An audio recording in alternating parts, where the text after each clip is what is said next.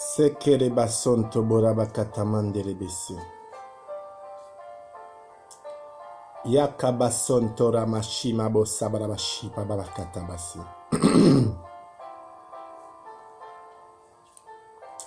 Saramandere besama boshibre kilimanto boboshi babashi bishibisi. Larabasunta barabase prekelemanto roboshima base prekelemanto boboshi. Abarabashe prekete mando bosot. Rikamande besi. Sitayamandere besama bokoto bosima base prekeleman shebre. Balibisama bosi prepitis. Aliba konta kakakakaka. Shiriman torobo sata kandekete maso. Alikiti sibre kilikintisi. Merci Saint-Esprit pour une bonne manière d'expliquer la parole. Ta parole. Sarabakata mondorobo sibakata bakata borobo shibabashi. Dans mon intelligence, Saint-Esprit, merci pour une bonne manière d'enseigner ta parole. Par shalabashi brikiliman torobo shibishi. Dans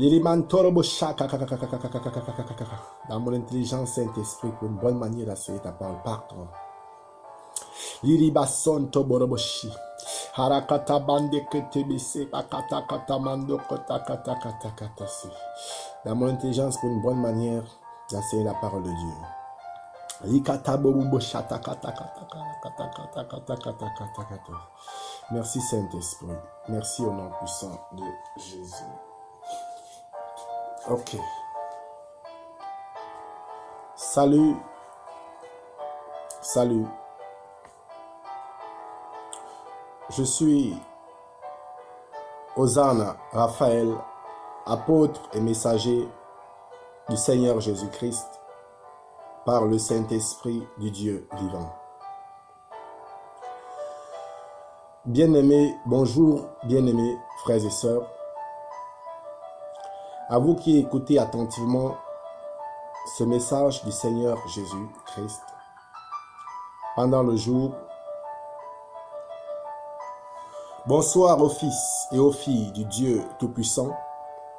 À vous qui écoutez attentivement cet enseignement du Saint-Esprit et qui le mettront en pratique. Ok. Bienvenue à l'élection. Je dis bien bienvenue, je redis encore.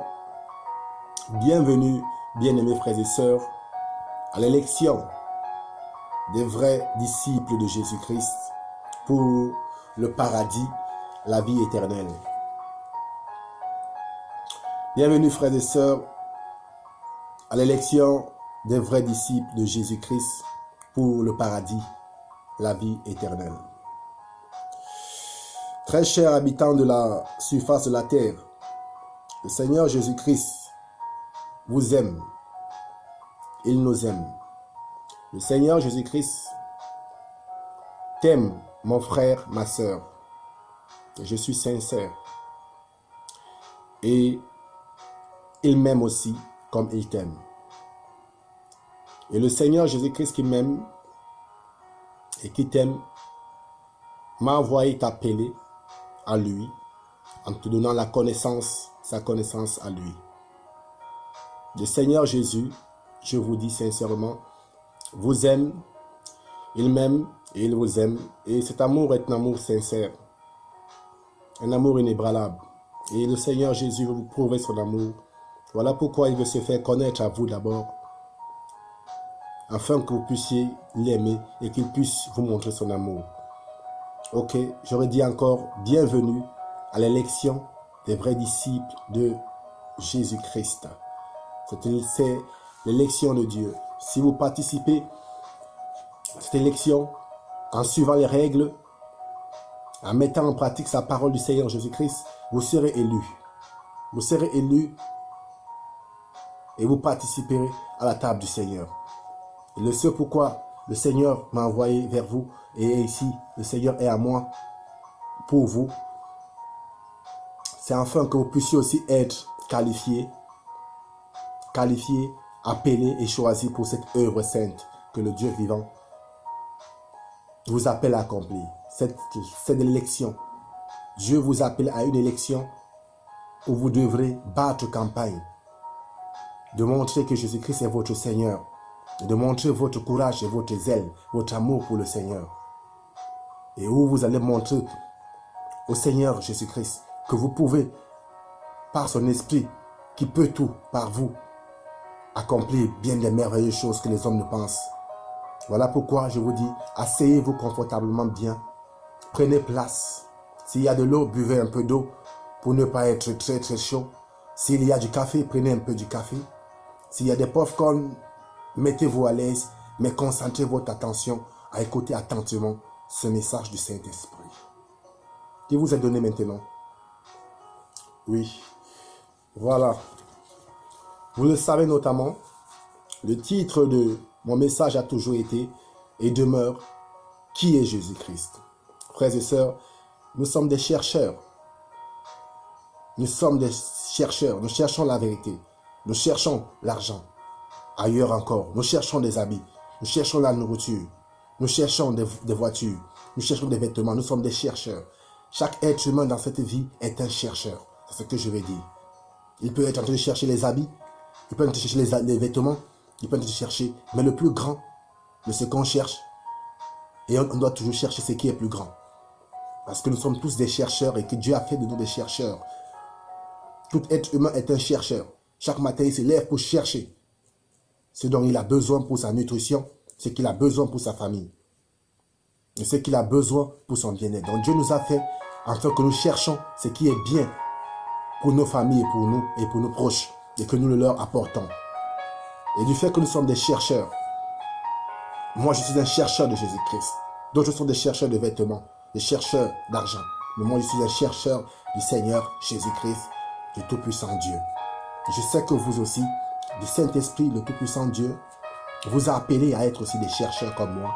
Voilà pourquoi nous nous rencontrons sur ce message ensemble, pour participer à cette élection ensemble, afin que vous et moi ayons de quoi vaincre cette campagne dans laquelle les gens nous qualifient de voleurs, cette campagne dans laquelle les gens nous qualifient de ne pas être disciples de Jésus, de n'être que des sales démons, cette campagne dans laquelle où on vous insulte, où on vous provoque, où on vous manque de respect, où votre dignité est outragée dans ce monde-ci. Mais nous sommes là avec le Saint-Esprit pour cette campagne que nous allons battre, cette campagne, cette élection dans laquelle vous prenez part et que vous devrez prendre part et enraciner votre cœur et votre âme et toute votre force à vous donner à cette édification. Pour que vous soyez élus. Parce que le Seigneur nous a envoyés par son Esprit, son Saint-Esprit qui est en nous, pour que vous recevez Jésus-Christ et que vous soyez vous aussi des élus. Bon, le titre de mon message a toujours été « Qui est Jésus-Christ ?» Nous avons déjà, je vais dire, commencé à traiter le sujet en chapitre. Le sujet de savoir qui est Jésus-Christ, nous avons commencé à le traiter en chapitre. Ok? Et nous sommes là au chapitre 3. Vous devez écouter tous les chapitres et répéter ces chapitres parce que ces chapitres vous sont utiles pour votre intelligence et pour votre connaissance. Donc il est important de réécouter et de réétudier ces chapitres parce que l'écoute attentive et la réétude, je dis bien, je précise, la réétude d'un message du Seigneur apporte plus de révélation et plus de connaissance. Je sais que si cela est vrai pour vous, et cela est vrai, dites Amen. Moi, je dis Amen. Et ensuite, nous poursuivons notre message. Ce sont des vérités saintes. À force d'étudier une chose, on finit par mieux la comprendre. Mais pour mieux la comprendre, il faut réétudier. Il faut s'abandonner à étudier. Il faut toujours revenir aux études pour mieux comprendre. Voilà pourquoi le Seigneur me demande de réétudier ce message. Et y compris la Bible, relisez, réétudiez, toujours là où vous avez déjà lu, recommencez encore à zéro, car c'est en commençant à zéro que vous aurez la lumière qui est cachée à l'intérieur. Il faut creuser beaucoup pour pouvoir trouver le diamant. Mais il faut toujours creuser avec espoir et foi pour pouvoir en avoir. C'est comme ça avec la parole de Dieu, frères et sœurs. Nous vous avons parlé de la promesse que Dieu, notre Père, a faite au peuple des croyants, c'est-à-dire à la nation d'Israël, aux chrétiens et aux vrais disciples de Jésus-Christ.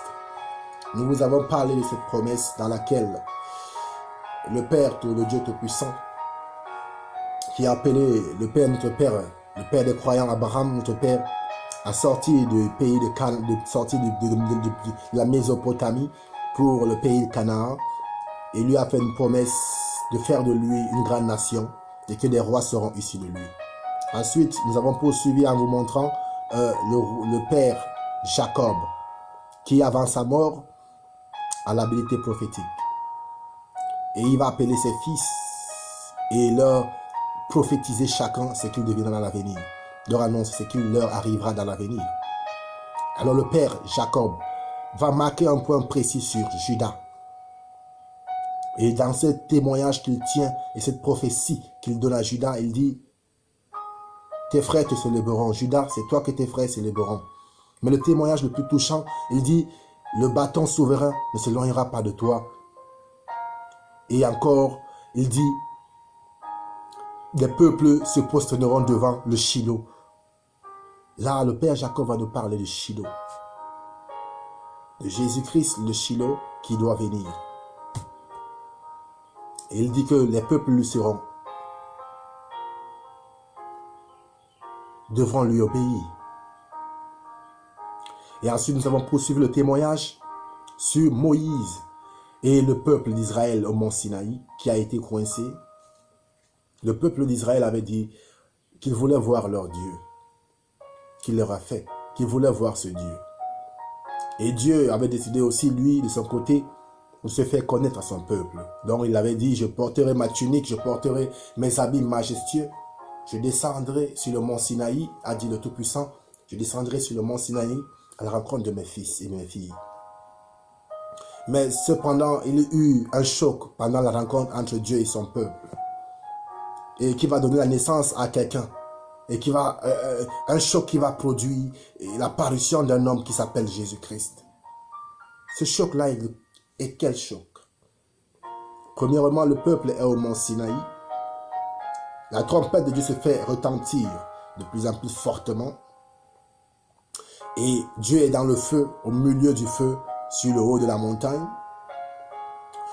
Les trompettes se font entendre, des éclats des tonnerres se font entendre, des éclairs se font voir, et la montagne est tremblante, et le peuple qui n'est que de la chair et du sang est en bas et regarde cela et est effrayé.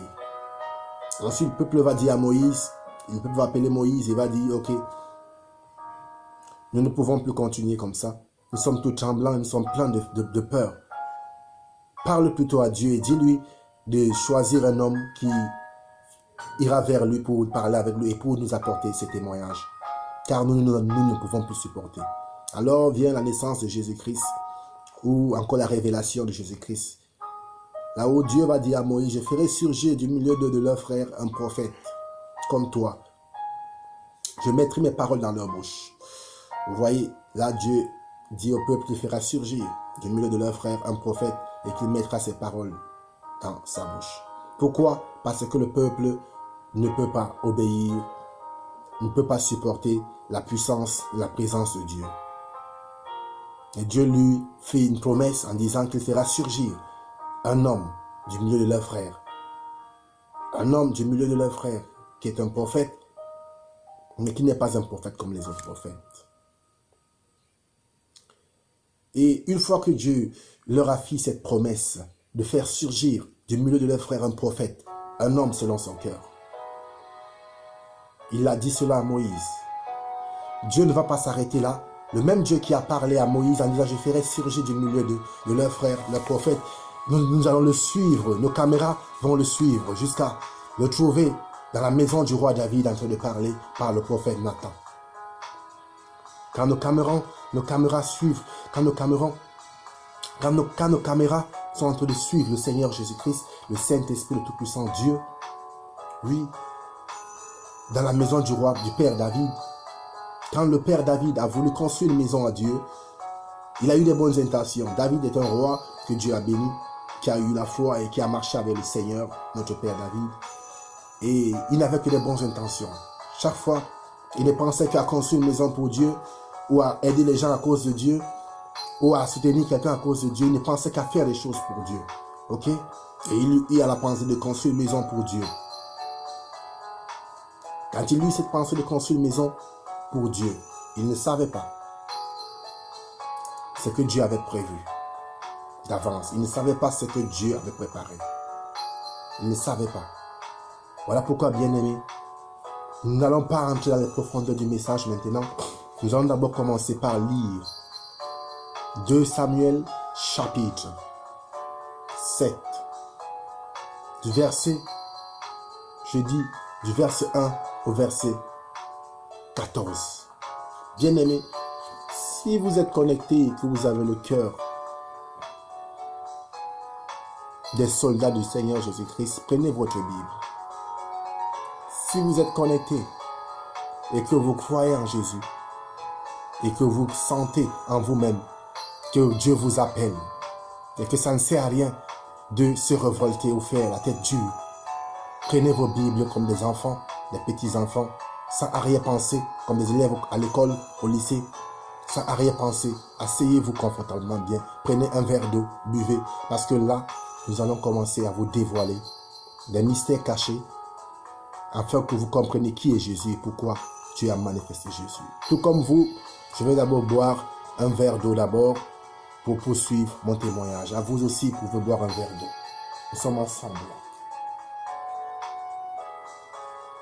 Je vais boire mon verre d'eau.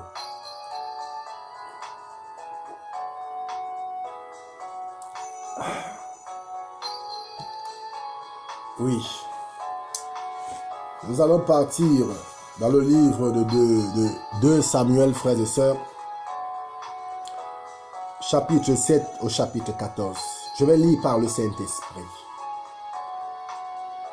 Je lis par le Saint-Esprit au nom du Seigneur Jésus-Christ. Écoutez attentivement ce que Dieu et ce qui s'est passé. Et analysons ensemble le témoignage. Le titre même du verset du chapitre 2 Samuel, le titre est « Une maison pour Dieu et pour David ». Cela est le titre. Maintenant, j'entre dans la lecture par la puissance du Saint-Esprit.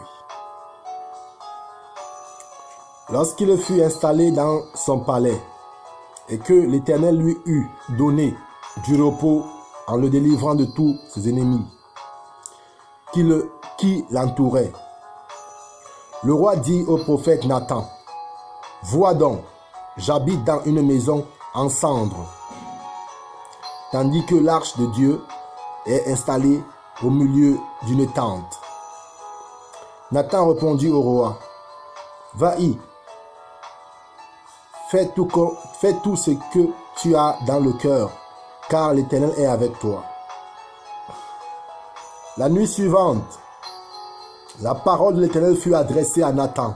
« Va, annoncer à mon serviteur David. Voici ce que dit l'Éternel. Est-ce à toi de me construire une maison pour que j'y habite? En effet, je n'ai pas habité dans une maison depuis le jour où j'ai fait sortir les Israélites d'Égypte jusqu'à aujourd'hui. J'ai voyagé sous une tente, dans un tabernacle, partout où j'ai marché avec les Israélites. Ai-je une seule fois dit à une des tribus d'Israël que j'ai désigné pour diriger mon peuple Israël? Pourquoi ne me construisez-vous pas une maison en cendres? Annonce maintenant à mon serviteur David. Voici ce que dit l'Éternel, le Maître de l'univers. Je t'ai pris au pâturage derrière les brebis pour que tu sois le chef sur mon peuple, Israël. Je t'ai accompagné partout où tu as marché. J'ai éliminé tous tes ennemis devant toi et j'ai rendu ton nom aussi grand que celui des grands de la terre. J'ai donné un lieu de résidence à mon peuple, à Israël. Je l'ai planté pour qu'il soit fixé et ne soit plus, agité, pour que les méchants ne l'opprimant plus comme par le passé. Comme à l'époque où j'avais établi les juges sur mon peuple, Israël. Je t'ai accordé du repos en te délivrant de tous tes ennemis. De plus, l'Éternel t'annonce qu'il va te faire lui-même une maison.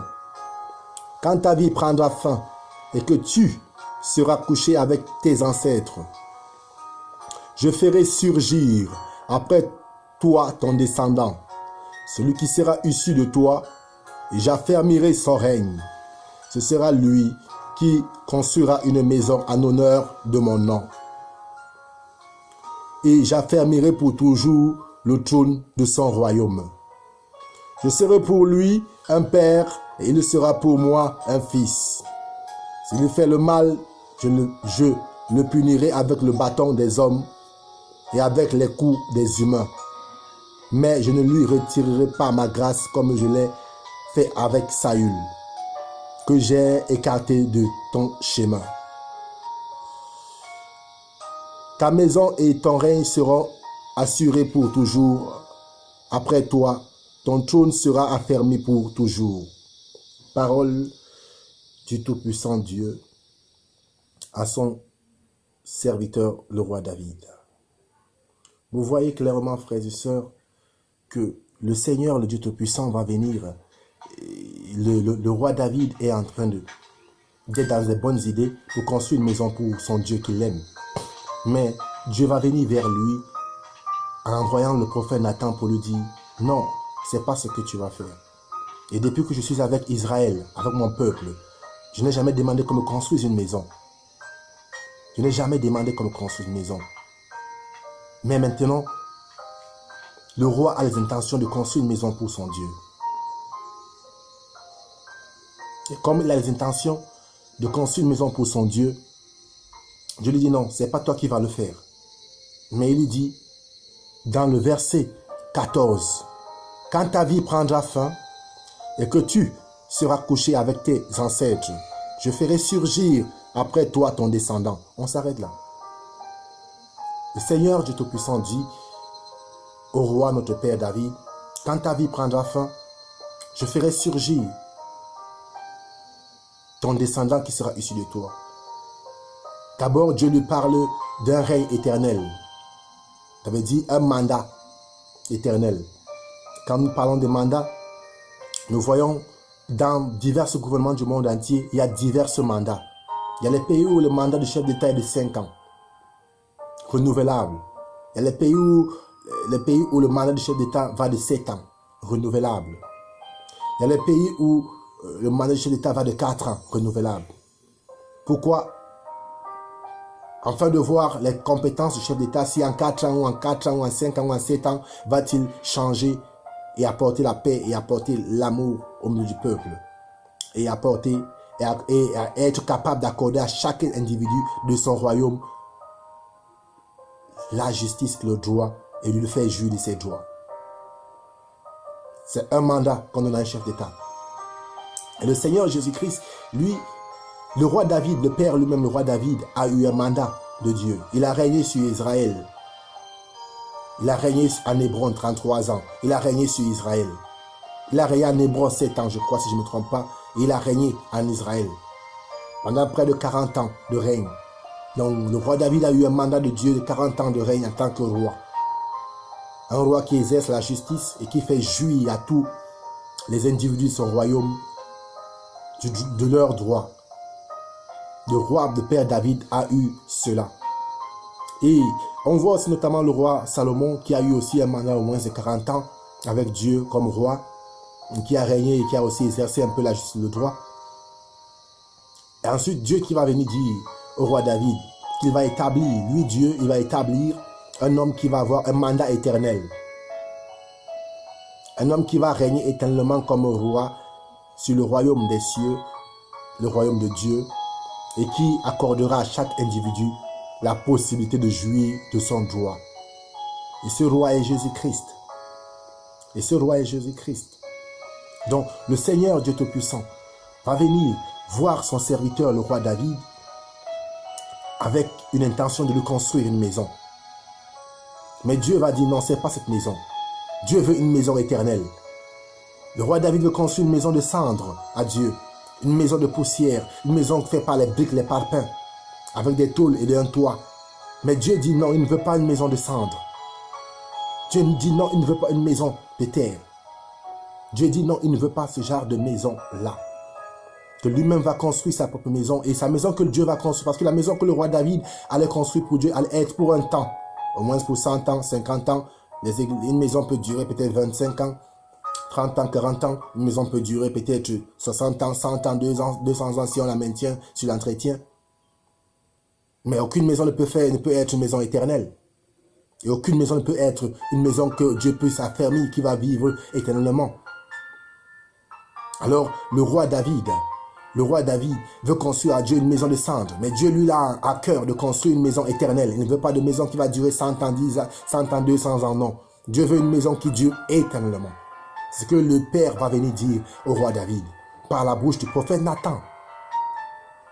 Le Père va venir dire, c'est ce que oui, Dieu va dire oui, au Père David par la bouche du prophète Nathan. Dieu ne veut pas une maison de cendres, de poussière, une maison de parpaing, comme nous avons partout sur toute la terre. Il veut une maison éternelle. Et Dieu dit qu'il va construire une maison éternelle. Et dans cette maison éternelle, même Dieu dit au roi David que le roi David il sera, et son règne sera fermé éternellement. Et pour construire une maison éternelle, qu'est-ce que Dieu déclare? Dans cette construction d'une maison éternelle, il parle d'un homme qui va construire cette maison. Il dit au roi David, quand ta vie prendra fin, dans le verset 12, il dit au roi David, quand ta vie prendra fin et que tu seras couché avec tes ancêtres, je ferai surgir après toi ton descendant, celui qui sera issu de toi, et j'affermirai son règne. Quand la vie du roi David, du père David prendra fin, Dieu fera surgir pour lui son descendant. Dieu fera surgir pour lui son descendant. Dieu dit, quand la vie du père David prendra fin, Dieu fera surgir. Ça veut dire un homme doit naître de la famille de David. Et cet homme qui doit naître dans la famille de David est un homme choisi par Dieu pour construire la maison de Dieu. Et il naîtra après la mort du roi David, donc des années passées plus tard, après que le roi David soit parti, soit mort. Et la parole qu'on retient ici, Dieu dit, je ferai surgir. Frères et sœurs, si vous écoutez attentivement ce message dès le commencement, et si vous êtes connecté à chercher, si vous êtes vraiment un chercheur de Jésus-Christ et que vous voulez connaître la lumière, vous allez remarquer qu'il y a quelque chose qui réapparaît. Le mot surgir. Dieu dit à Moïse, quand le peuple a été coincé, que le peuple se trouvait devant Dieu au mont Sinaï dans la peur, parce que le feu de Dieu explosait puissamment dans les cieux, du haut de la montagne, et parce que le Tout-Puissant Dieu, sa puissance quand il descend fait trembler la terre. Sa puissance, le Tout-Puissant Dieu était en train de faire trembler la terre au mont Sinaï. Et le peuple ne pouvait pas supporter cela. Ils ont vu qu'ils avaient un corps de chair. Ils ont vu qu'ils n'étaient que des hommes. Et qu'ils n'étaient pas capables d'approcher Dieu. Et ils ont encore vu qu'ils étaient des pécheurs. Car les pécheurs tremblent devant la puissance de Dieu, mais les saints sont encore mieux avec la puissance de Dieu. Vous m'entendez? C'est le Saint-Esprit qui vous donne cette grâce. Les pécheurs tremblent devant la puissance de Dieu, mais les saints sont encore mieux avec la puissance de Dieu. Donc Israël, le peuple d'Israël au mont Sinaï, qui tremble devant Dieu, qui passe sur la montagne du Sinaï, le peuple qui tremble, prouve que c'est à cause du péché qui est dans leur sang et en eux, qu'ils n'ont pas de force de tenir devant la toute-puissance de Dieu. Mais par contre, Moïse avait cette force de pouvoir tenir, aller vers Dieu, revenir. Mais le peuple ne pouvait pas le faire parce qu'il vivait dans le péché. Et quand il vit dans le péché, et quand on vit dans le péché, on n'a pas la force de supporter la puissance de Dieu. On a peur, on est tremblant. On veut s'en aller loin de Dieu, on veut se cacher loin. On ne veut même pas entendre les paroles de Dieu. C'est ce que Israël, le peuple de Dieu, a manifesté au mont Sinaï. C'est ce qu'ils ont manifesté. Ils étaient dans le péché, ils n'avaient pas la foi suffisante. Et quand Dieu est venu au mont Sinaï, ils ont commencé à avoir peur. Commencé à refuser, ils ne voulaient plus entendre Dieu. Et ils ont demandé à Dieu qu'il faut que c'est un homme qui est fait à l'image de Dieu, qui va aller vers Dieu pour recevoir les informations.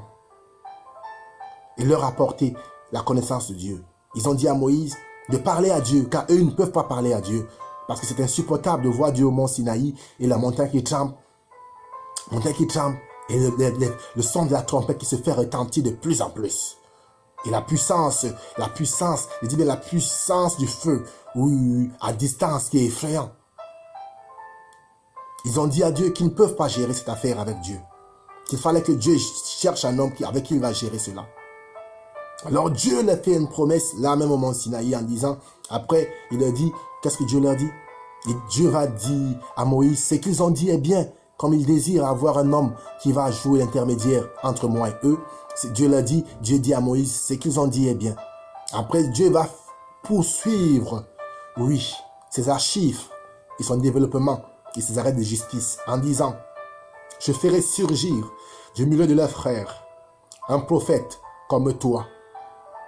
Je ferai surgir du milieu de leurs frères un prophète comme toi. Je mettrai mes paroles dans sa bouche. Donc le peuple ne pouvait plus écouter Dieu parce qu'il n'était pas capable de supporter la puissance de Dieu. Et alors le peuple va demander un homme. Et Dieu va dire ce que le peuple demande est bien. Parce que Dieu aussi avait préparé effectivement un homme. Et Dieu le savait avant que le peuple ne dise qu'il ne peut pas supporter sa présence, il le savait déjà. Mais il fallait qu'il amène le peuple, qu'il se présente au peuple et que le peuple le voie. Et qu'eux-mêmes ils le déclarent que nous ne pouvons pas. Ensuite Dieu va retourner, apporter ce qu'il a organisé déjà. Vous comprenez ce à quoi nous avons affaire. Donc le peuple a demandé un homme. Et Dieu a dit il fera surgir pour eux un prophète. Et le mot surgir réapparaît encore quand le roi David veut construire une maison à Dieu. Dieu lui dit, quand ta vie prendra fin et que tu seras couché avec tes ancêtres, je ferai surgir après toi ton descendant. Il dit, je ferai surgir, oui, après toi, ton descendant. Donc une fois de plus, le mot surgir va réapparaître. Ce mot surgir va réapparaître. C'est Dieu qui le fait réapparaître. Quand le peuple ne pouvait pas supporter la puissance de Dieu au mont Sinaï, Dieu a dit, il fera surgir un prophète.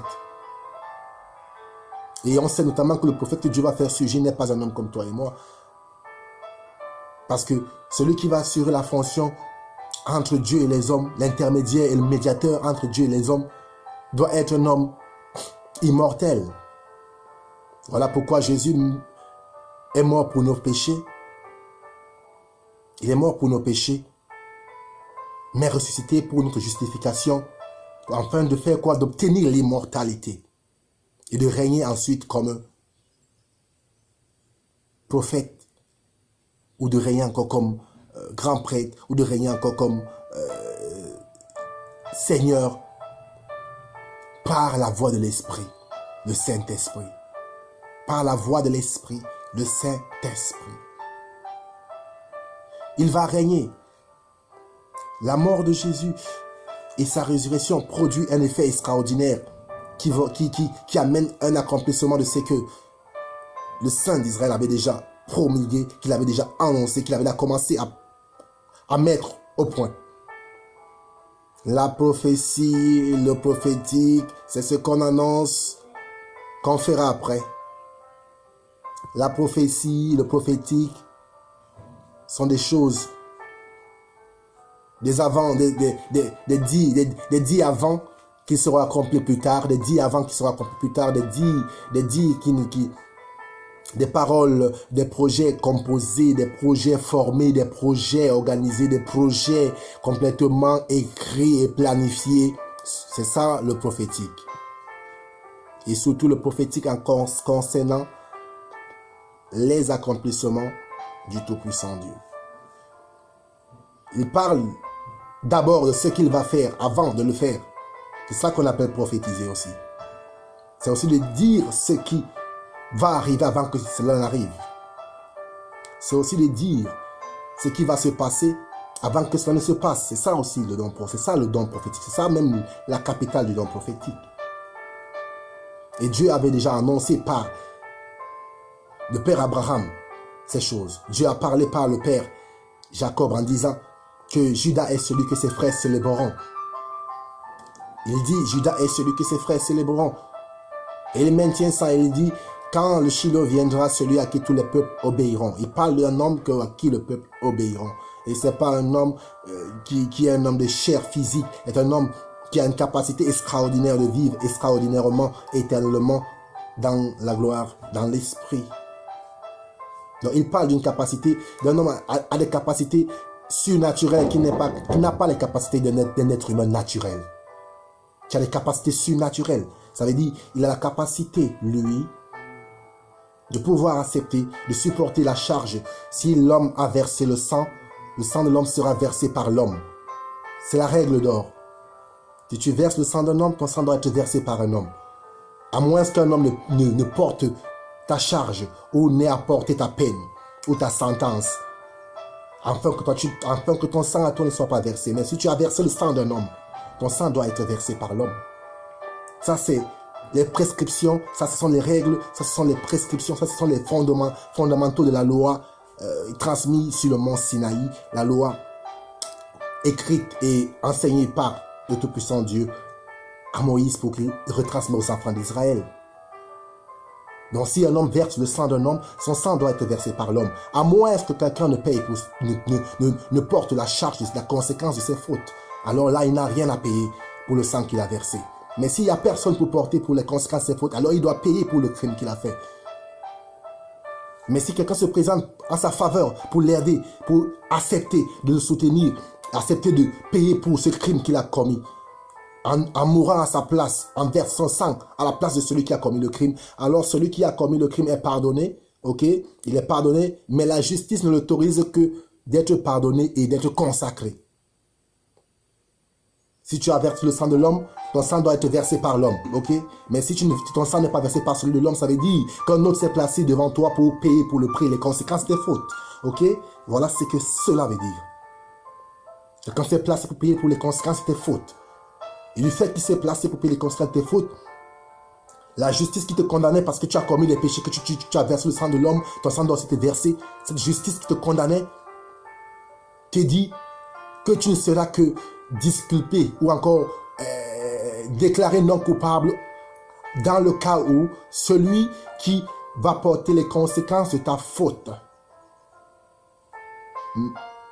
meurt, dont son sang soit versé pour rembourser le sang que tu as versé, pour restituer le sang que tu as versé, que nous avons versé. Ne dites pas, j'ai pas versé le sang.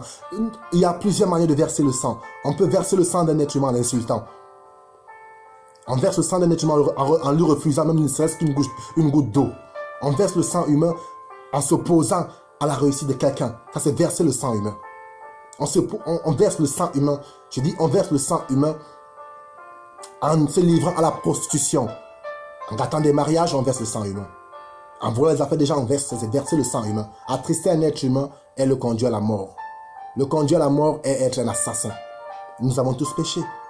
Et si nous avons parti sur la base que j'ai versé le sang, mon sang doit être versé, alors je ne vivrai plus.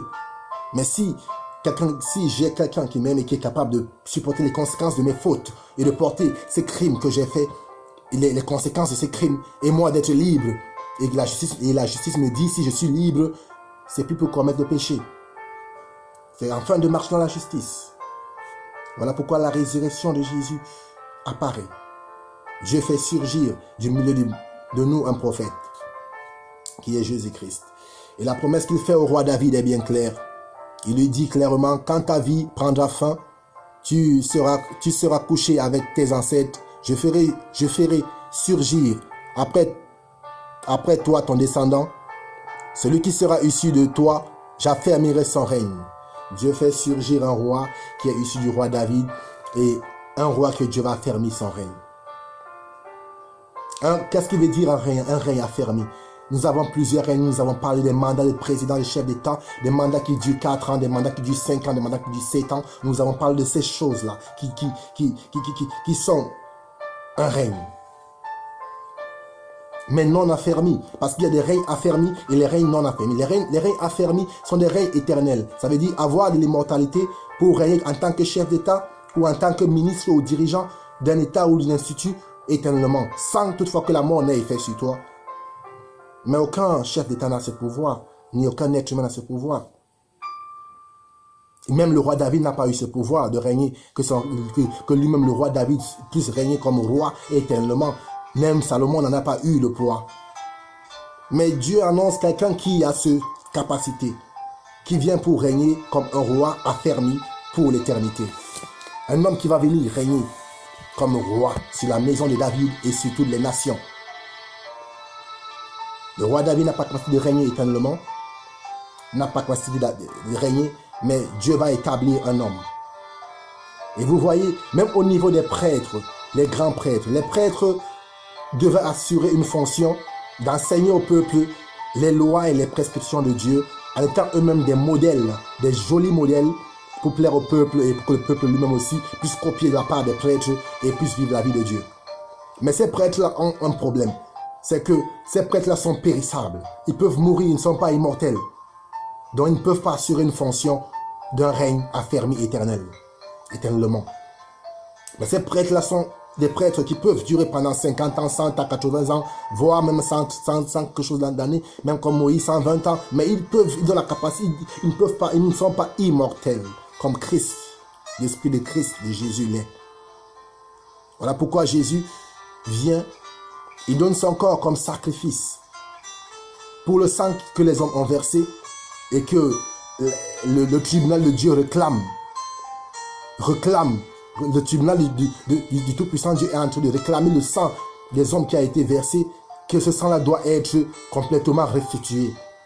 Ça veut dire justice doit être faite. Et Jésus descend pour faire justice d'une manière extraordinaire. Il descend pour faire justice, pour donner son sang à lui, pour que Dieu pardonne, pour que le tribunal du Tout-Puissant Dieu pardonne l'humanité et qu'il puisse maintenant accepter l'humanité comme un royaume qu'il faut reconsacrer, réformer les disciples, réinstituer, recommencer à forger à nouveau un peuple saint. Donc il vient là il meurt là pour le sang qui a été versé et le sang qui est encore versé aujourd'hui. C'est pour ces conséquences. Et vous allez me dire, parce qu'il a le pouvoir devant Dieu d'accepter de mourir pour tout individu. Parce qu'au commencement, si vous ne le savez pas, une partie de vous porte Jésus sans que vous ne le sachiez.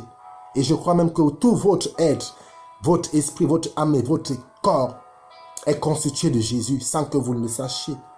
Jésus n'est pas la chair, c'est de l'énergie de Dieu. Je crois que vous êtes constitué de cette énergie de Dieu-là. Vous avez cette énergie en vous, mais vous ne le savez pas. Parce que, vous savez, un conducteur roule une voiture sans connaître la voiture. Combien de fois avec un être humain qui roule son cerveau, son corps, ses membres, sans se connaître soi-même? Quelle énergie vous avez dans votre cerveau? Vous ne pouvez pas le dire, parce que vous ne vous êtes pas créé vous-même. Mais j'ose vous le dire, que je crois que Jésus, l'énergie de Jésus, fait vivre votre cerveau. C'est ce que la Bible déclare. Que le Seigneur Jésus-Christ donne la vie à tous les membres. Il fait vivre tous les membres. Il conduit ses membres à l'édification du corps de Christ pour le faire parvenir à une parfaite édification.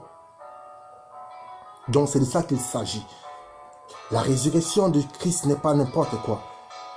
C'est une résurrection d'une parole que Dieu avait prononcée et qu'il avait une promesse qu'il avait dit au roi David, qu'il affermira le règne du roi David. Ça veut dire en choisissant un de ses fils qui naîtra dans sa tribu, dans sa famille, pour faire de lui un roi éternel. Et ce roi éternel-là est Jésus-Christ. Vous voyez, là, le Tout-Puissant va poursuivre son témoignage, il poursuit son développement en disant toujours, quand ta vie prendra fin et que tu seras couché avec tes ancêtres, je ferai surgir après toi ton descendant. Celui qui sera issu de toi, j'affermirai son règne, souligne le Tout-Puissant Dieu. Il continue encore au verset 13, il dit, ce sera lui qui construira une maison en honneur de mon nom. Ok, on poursuit toujours.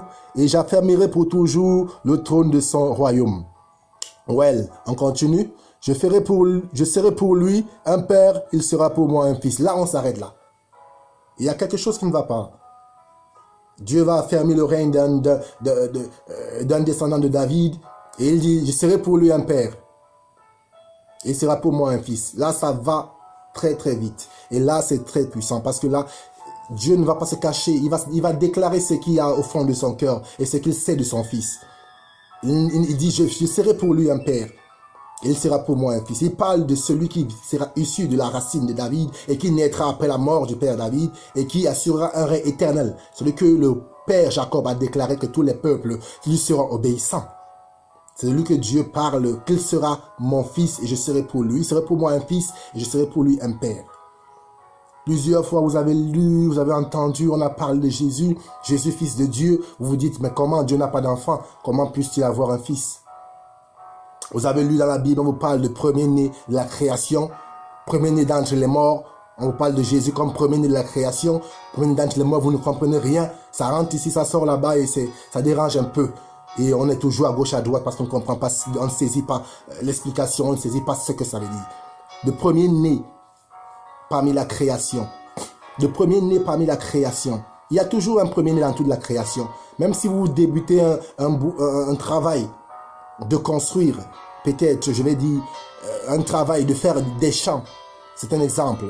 Si vous débutez un travail de faire des champs, il y a toujours un premier champ que vous commencez à former. Et ce champ n'est même pas le premier, parce qu'il y a le premier champ physique et le premier champ spirituel. Le premier champ spirituel, c'est le champ qui est complètement un projet formé qui est en vous. Et le deuxième champ, c'est le champ naturel. C'est celui que vous allez sortir et exercer ce projet que vous avez déjà inscrit et écrit. Et ces idées que vous avez fixées dans votre intelligence pour aller les accomplir. On parle de premier-né, Jésus, le premier-né de la création. Vous ne comprenez rien. Premier-né de la création. Mais sachez qu'avant que l'être humain existe, Dieu existe. Sachez qu'avant que vous et moi, nous ne voyons le jour, la lumière, et que même ceux qui sont morts avant nous, et ceux qui mourront encore après nous, et ceux qui sont passés, les ancêtres, tous ces conneries qu'on dit, ces gens qui sont passés, oui, toutes ces conneries, je parle des conneries au niveau des ancêtres, les adorations des ancêtres, moi je n'aime pas du tout. Ok? Et je sais que le Tout-Puissant a interdit cela, qu'il ne faut pas aller vers ceux qui invoquent les esprits, il ne faut pas aller vers ceux qui invoquent les esprits. Donc moi je n'aime pas les adorations des ancêtres, parce que je sais que c'est la saleté, ça n'apporte pas l'amour dans la famille que de la haine. Ok? Donc il faut arrêter ça. Mais vous voyez complètement de quoi parle le Saint-Esprit, de quoi parle Dieu. Vous voyez de ce dont ce qu'il atteste, ce qu'il témoigne. Il reconnaît Jésus comme son fils. Il dit au roi David, je ferai surgir du milieu de toi. Il dit à Moïse d'abord, je ferai surgir au peuple d'Israël. Il dit au peuple d'Israël, je ferai surgir du milieu d'un prophète comme toi. Voilà ce qu'il leur dit, voilà ce qu'il leur explique. Un prophète comme toi, je ferai surgir un prophète comme toi. Je mettrai mes paroles dans sa bouche. Voilà ce qu'il dit. Au Père, avec le Père, je vais commencer d'abord par le Père Jacob. Au Père Jacob, Dieu lui révèle que c'est de Judas qu'apparaîtra le Shiloh, Jésus-Christ. C'est de Judas, la tribu de Judas, que naîtra Jésus-Christ. Évidemment, il est issu de la racine de David. Donc, ce que Dieu avait dit au Père Jacob, c'est accompli. C'est la vérité. Dieu s'est montré encore fidèle et a encore tenu sa parole. Il a respecté encore sa parole. Il n'a rien transgressé. Il a accompli ce qu'il avait dit de sa bouche. Au Père David, il a dit au Père Jacob, il a dit clairement que Judas est celui que ses frères célébreront. Et il a dit que le bâton souverain, qui est un bâton de la majesté royale, qui est un bâton de l'autorité suprême, ne s'éloignera pas de lui. Voilà ce qu'il dit à Judas. Et il continue avec son développement et il va dire une fois de plus à Judas, et Dieu va expliquer à Jacob que le Shiloh doit venir, le Fils de l'homme, Jésus-Christ doit venir. Et le Père Tout-Puissant, Dieu va dire à Jacob, notre Père, il va lui dire que c'est Jésus-là que tous les peuples obéiront. Ça, c'est une promesse que Dieu a dit au Père Jacob avant qu'il ne meure. Il a promis au Père Jacob avant sa mort qu'il va faire cela. Vous êtes vivant, vous voyez que Jacob, notre Père, est parti, il est mort, mais aujourd'hui, cette vérité, Dieu l'a accomplie. Il est resté fidèle à ce qu'il avait dit, malgré que ceux à qui il avait fait la promesse étaient déjà partis, mais leurs enfants sont restés et il accomplit par leurs enfants et il accomplit devant vous ce qu'il avait promis au Père Jacob. Le Shiloh devait venir, celui à qui les peuples doivent obéir, Jésus. Plus tard, avant le départ de Moïse, Dieu va faire la même chose avant le départ de Moïse, mais quand le peuple d'Israël se trouve dans les difficultés au mont Sinaï, face à Dieu, et qu'ils ont besoin d'un homme qui va jouer ce rôle, de médiateur entre Dieu et les hommes, Dieu va leur faire une promesse. Il va leur dire qu'il fera surgir du milieu de leurs frères un prophète. Comme Moïse, un prophète en qui Dieu mettra ses paroles dans son esprit. Là, Dieu fit aussi la même promesse à Moïse, notre père Moïse aussi. Avant la mort de Moïse, Dieu lui avait déjà fait cette promesse. Moïse est mort, il est parti. Aujourd'hui, vous pouvez rendre gloire à Dieu. Cela est accompli. Jésus est vivant. Celui que Dieu avait promis à Moïse et qu'il avait dit qu'il allait faire apparaître du milieu de nous est apparu. Dieu l'a fait apparaître. Ailleurs, Dieu continue son témoignage, sa promesse. Il dit au Père David, après, il lui dit, quand tu seras couché, quand ta vie prendra fin, et tu seras couché avec tes ancêtres, je ferai surgir pour toi, je ferai surgir après toi ton descendant. Dieu parle au Père David quand il est encore vivant. Il lui fait une promesse en disant, je ferai surgir après ta mort, je ferai surgir ton descendant. Le Père David a eu la foi, il a cru que Dieu est fidèle, même après sa mort, Dieu pourra l'accomplir. Et le Père David est parti et Dieu a fait surgir parmi les descendants du Père David un homme, Jésus-Christ, comme il l'avait annoncé. Ok. Et là, il va continuer, il dit, il sera pour moi un fils. Là, il parle de fils. Une relation entre le Père et le Fils, une relation de Fils et de Père. On voit que la relation avec Dieu et le Père, Dieu et le Père Abraham. La relation entre Dieu et le Père Abraham n'était pas une relation entre Fils et Père, c'était une relation entre amis. Entre deux amis. Cette relation la relation entre Dieu et le Père Abraham n'était pas une relation entre le Fils et le Père. Abraham, Dieu ne l'appelait pas mon fils. Et lui ne disait pas mon père. Mais Dieu appelait Abraham mon ami. Et Abraham appelait Dieu mon Dieu. La relation entre Dieu et Isaac, le père Isaac, a été la même chose. Le père Isaac n'appelait pas Dieu mon père, mais il appelait Dieu. Et Dieu n'appelait pas le père Isaac mon fils, mais il appelait mon ami. La relation de Dieu avec le père Jacob, il en va de même. Le père Jacob n'appelait pas Dieu père, mais il appelait mon Dieu. Et Dieu n'appelait pas Jacob mon fils, il appelait mon ami. Et il a même donné un nom, Israël. Vous voyez, la relation entre Dieu et Moïse, Dieu n'appelait pas Moïse mon fils, mais Dieu lui disait mon serviteur. Dieu lui appelait serviteur et Moïse appelait Dieu mon Dieu. Ok? La relation entre Dieu et David, le père David. La relation entre Dieu et le père David. La relation entre Dieu et le père David. Dieu n'appelait pas le père David, il n'appelait pas le père David mon fils, et le père David n'appelait pas Dieu mon père. C'était quoi? Une relation entre serviteur et maître. Ok? Mais tout va changer et basculer. Parce que Jésus est le seul à qui Dieu a attribué et Dieu a dit, il sera pour moi un fils. Dieu n'a pas dit à Abraham, il n'a pas dit du père Abraham qu'Abraham sera pour lui un fils. Il n'a pas parlé du père Isaac pour dire qu'il sera pour lui un fils. Il n'a pas parlé de Moïse pour dire qu'il sera pour lui un fils. Ni du père David. Mais il va marquer le point sur Jésus et dire, il sera pour moi un fils et je serai pour lui un père. Là, on entre dans une phase de relation entre le père et le fils. Avant, on avait des relations entre Dieu et ses amis. Mais plus tard, ça change. Ça devient une relation entre le père et le fils. Et le fils avec les amis de Dieu. Vous voyez, avant, Dieu traitait directement avec le père Abraham, avec le père Isaac, avec le père Jacob, avec Israël sur le mont Sinaï directement. Mais après, plus tard, oh, la lumière est partie. Plus tard, tout a changé. Vous pouvez vous-même le constater. Vous pouvez vous-même voir cette extraordinaire façon d'agir de Dieu, comment il a tout basculé tout d'un coup. Donc, la relation entre Dieu, le Père et Jésus est une relation entre le Père et le Fils. Et Jésus est l'homme qui doit venir et l'homme qui a été choisi par Dieu pour que les peuples lui obéissent.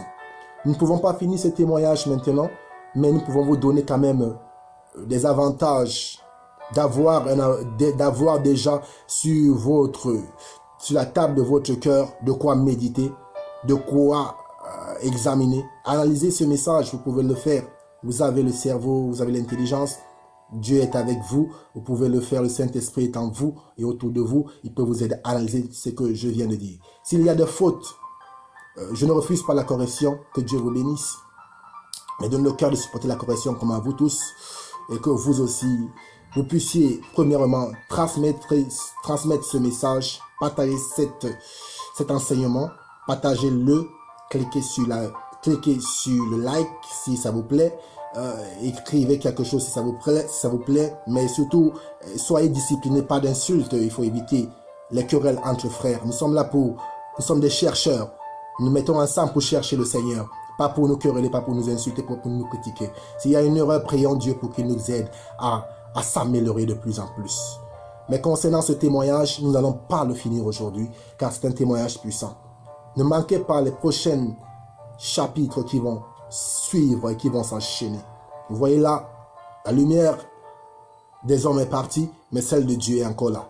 Elle illumine encore vos cœurs.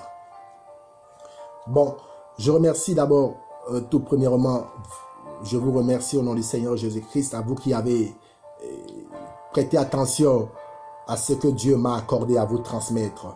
Et à vous qui en ferez bon usage et à vous qui allez rependre cet esprit de vérité dans les oreilles de vos frères, de vos mères, de vos sœurs, de ceux qui sont autour de vous. À vous qui allez annoncer ce message et le partager. À vous, sachez que le Seigneur Jésus-Christ vous a appelé et que vous avez un service à rendre à Dieu. Ce service-là, c'est de faire à ce que sa parole soit entendue. Des âmes, retenues des âmes et mises en pratique par les âmes. Car nous sommes là, comme l'apôtre Paul l'a dit, pour amener les nations à l'obéissance de la foi. Alors, vous jouez un rôle que vous le voulez ou pas, mais vous devez le vouloir. Parce que si vous ne le voulez pas, alors vous êtes exclu de la liste et vous êtes disqualifié. Mais vous devez jouer un rôle pour que vous puissiez faire quelque chose pour votre bonheur. Donc, faites des efforts de complètement diffuser l'information. Diffusez l'information.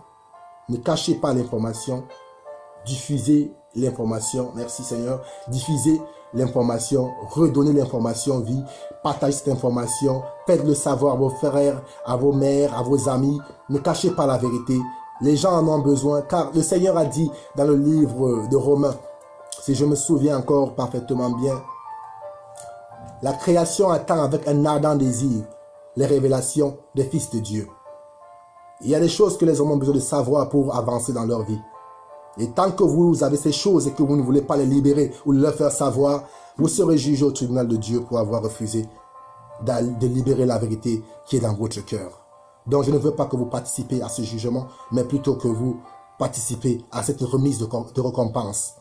Voilà pourquoi je vous dis, donnez-vous à distribuer et à diffuser cette information par tous les moyens que Dieu mettra dans votre intelligence. N'y loupez rien.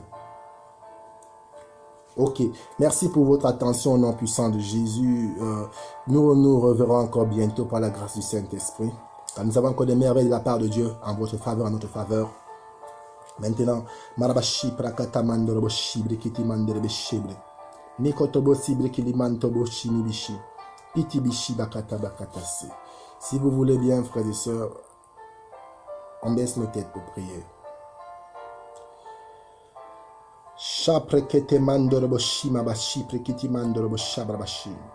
Que le Seigneur, le Tout-Puissant Dieu, le Seigneur Jésus-Christ, dont je suis le serviteur, vous accorde la grâce de connaître sa vérité.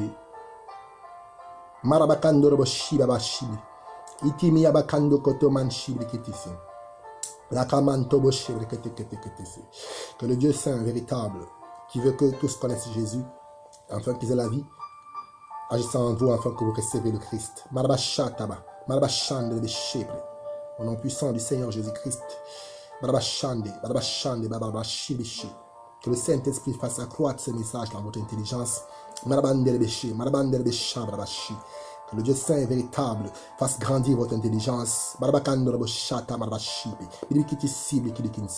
Et que par ce témoignage, que le Saint d'Israël crée en vous le vouloir.